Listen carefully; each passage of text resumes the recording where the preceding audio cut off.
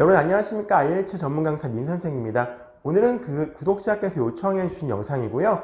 리딩에서 True, False, Not Given에 대해서 한번 말씀드려 보겠습니다. 리딩 푸실 때 True, False, Not Given 또는 Yes, No, Not Given 유형에 대해서 한번 설명드려 보겠습니다. 논리력을 요구하는 그런 분야이기 때문에요. 좀 혼동하시는 분들이 많은데 오늘 확실하게 이해하시는 시간을 가지시도록 하겠습니다. 일단은 true 또는 yes, false 또는 no, 그 다음 not given이죠. 그렇죠?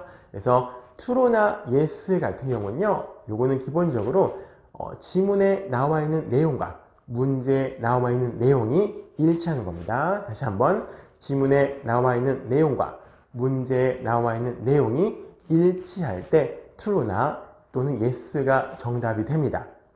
예를 들어서 지금은 결혼하셔서 잘 살고 계시지만요, 김태희 씨 계시죠, 그렇죠?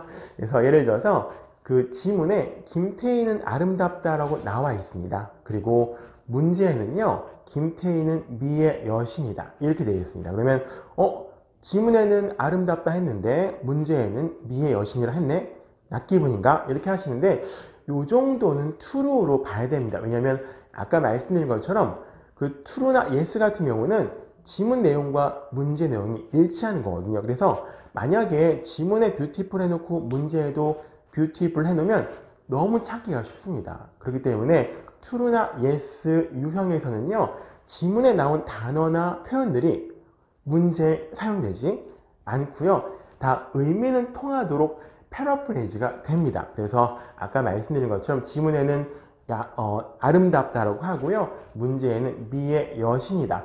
물론 똑같이 표현하진 않았지만 어떠세요? 의미는 같죠. 그렇기 때문에 이런 경우는 true나 yes로 보셔야 됩니다. 그리고 요즘엔 어떠세요? true나 yes 하고요, not given을 좀 헷갈리시는 경우가 많습니다. 왜냐면 내용을 다 패러프레이즈 해서 문제를 내놓기 때문에 없는 것처럼 보입니다. 근데 사실은 어떻습니까?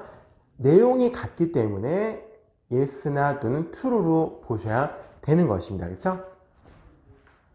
이런 질문 본 적이 있습니다. 예를 들어서 뉴질랜드에 300명 되는 마을인데 태풍이 온 거예요. 그래서 300명 중에 예를 들어서 100명이 죽고요, 50대의 차가 파괴되었습니다. 그렇죠? 그러면 문제가 이렇게 출제가 됩니다. 심각한 피해를 주었다. 물론 문제에서 100명이 죽고 50대의 차가 파괴되었다고 똑같이 얘기하진 않았지만 그 정도면 심각한 피해를 준 거죠. 그렇죠? 그렇기 때문에 요거는 의미가 통하기 때문에 true나 yes로 보시는 게 맞습니다. 자, 그 다음에 이제 false나 no에 대해서 한번 말씀드려 보겠습니다.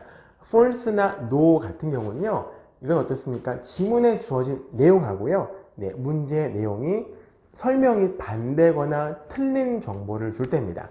다시 한번, 지문에 나온 내용하고요, 문제의 내용이 설명이 반대로 해놓거나 아니면은요, 주어진 정보가 틀릴 때 false나 no를 정답으로 고르시는 겁니다. 예를 들어서 아까 지문에 김태희는 아름답다라고 했는데 문제에는요, 김태희는 못생겼다.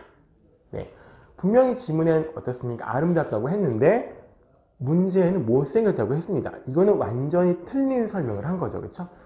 그래서 이거는 false나 no로 고르시는 겁니다. 그렇죠?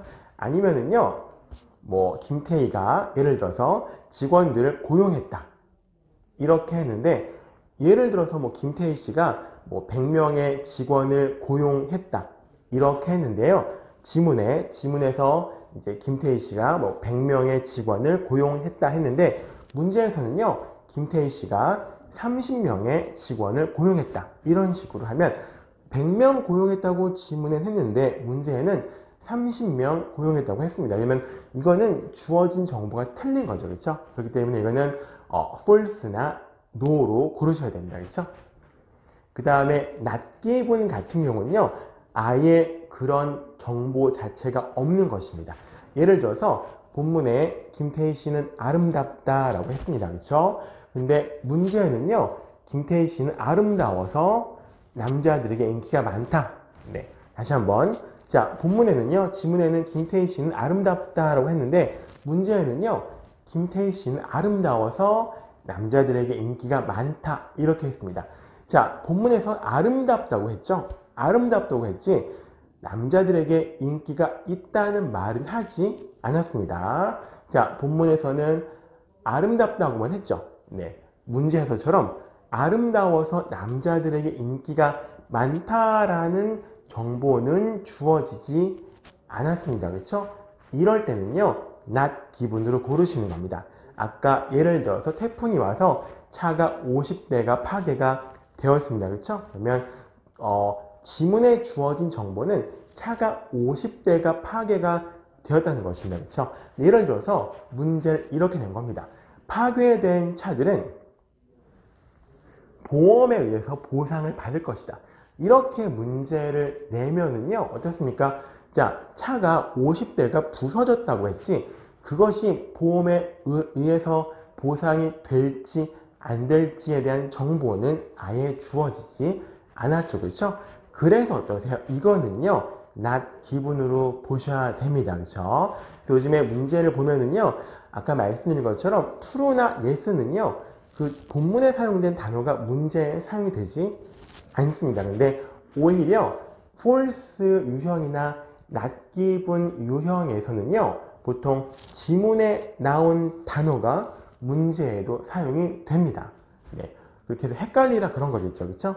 그래서 다시 한번 말씀드리면 true나 yes 같은 경우는 지문에 나온 단어가 문제에 사용되지 않고 다 패러프레이즈가 되고요. 의미는 같지만 그 다음에 그 false나 not given 유형 같은 경우는요, 지문에 사용된 단어가 문제에도 사용이 됩니다. 근데 이제 정보가 틀리던지, 그렇죠? 또는 뭡니까? 잘못된 정보를 주던가, false 아니면 어떻습니까? 그 지문에 나온 것 이상으로 정보를 준다거나, 아니 뭡니까? 지문에 아예 없는 정보를 문제에서 주는 겁니다. 이럴 땐 어떠세요? not given으로 고르시면 됩니다. 그래서 오늘은 그 reading true, false, not given에 대해서 살펴봤고요. 여러분께서 좀 궁금하시거나 이제 더 알고 싶은 그런 그 학습법이라든가 공부 방법이라든가 이런 것들이 있으면은요, 홈페이지에 영상 남겨주시면 제가 봐서 이렇게 여러분께 유용한 그런 영상 촬영해 가지고요, 답변 드리도록 하겠습니다. 모쪼록 여러분께서 원하신 IELTS 점수 획득하시기 바라겠고요. 자, 민선생 IELTS입니다. 개인 과외나 이런 원하시는 분들은요, 제가 최선을 다해서 지도해 드리고 있습니다. 홈페이지 방문하시면 자세한 내용 보실 수 있습니다. 감사합니다.